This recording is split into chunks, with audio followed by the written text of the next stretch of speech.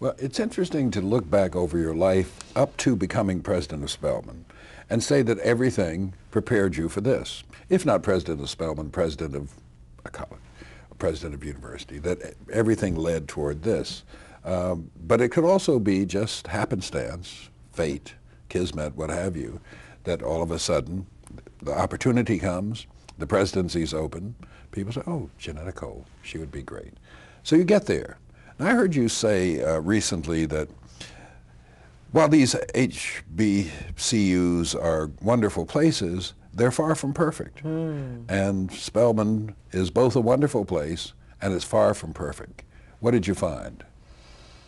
Well, first of all, it took me a while to really settle in that this had happened.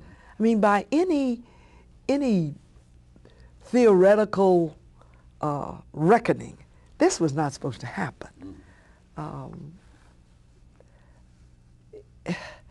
My politics, it seemed to me, were far too progressive. I was a divorcee, a self-defined feminist. What was I doing in the presidency of Spelman? It was relatively conservative black women's college. A relatively conservative black women's college. When I was at Morehouse, you couldn't take a Spelman girl out on a date. You had to take her and a friend out on a date. There you go. Yeah. So one of the things that I've never quite used this language before, I think, Julian, but you have this way of bringing out insights in an interview. I think I realized when I finally had to accept I am the president of Spelman College, even though I have progressive politics, I'm a feminist, blah, blah, blah, blah.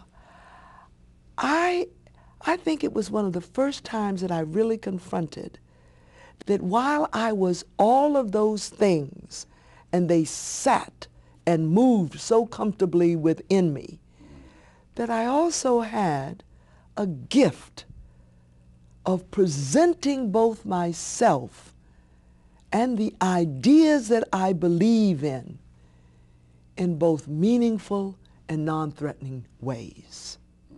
But there comes a time later, and I want to get to later, where your politics become a big issue, a huge issue. Let's talk about Cuba and the red baby. But we'll come to that. But immediately you're coming to Spelman, progressive, divorcee, feminist. What are these obstacles in any way to your becoming the president of Spelman? Obviously not, because you did. I just have to give a praise song to Marion Wright Edelman, who was the chair of the board and the chair of the search committee. And Marion believed in me.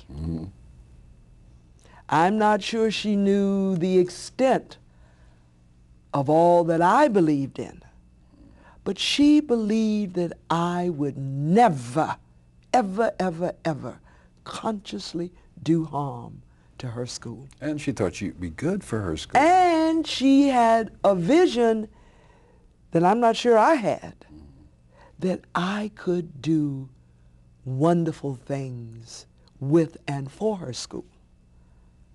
Do you think she saw in you something you didn't see in yourself and saw you there in a way you hadn't seen yourself there? No question. How long had you known her? How did you meet her?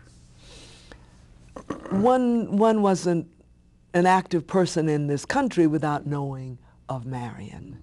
And I had interacted maybe here or there, but it was really through the search process that I came to know and more deeply love and respect Marion. And once the appointment happened, it was often a struggle. I mean, Marion's life, as you know, is so focused, so relentlessly dedicated to the Children's Defense Fund that it finally reached the point where I insisted that we had to have 7:30 a.m. weekly telephone meetings. I mean, she was engaged, but never to the extent that I wanted and needed. I was a new president. I was a novice at this.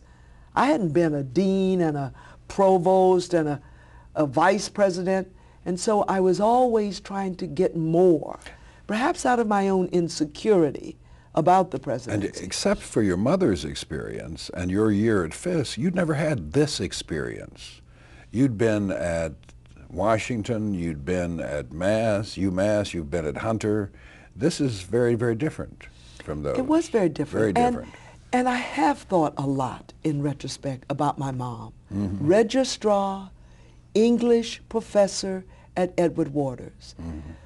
But you know, in those days, she was so much more my mom than a professor.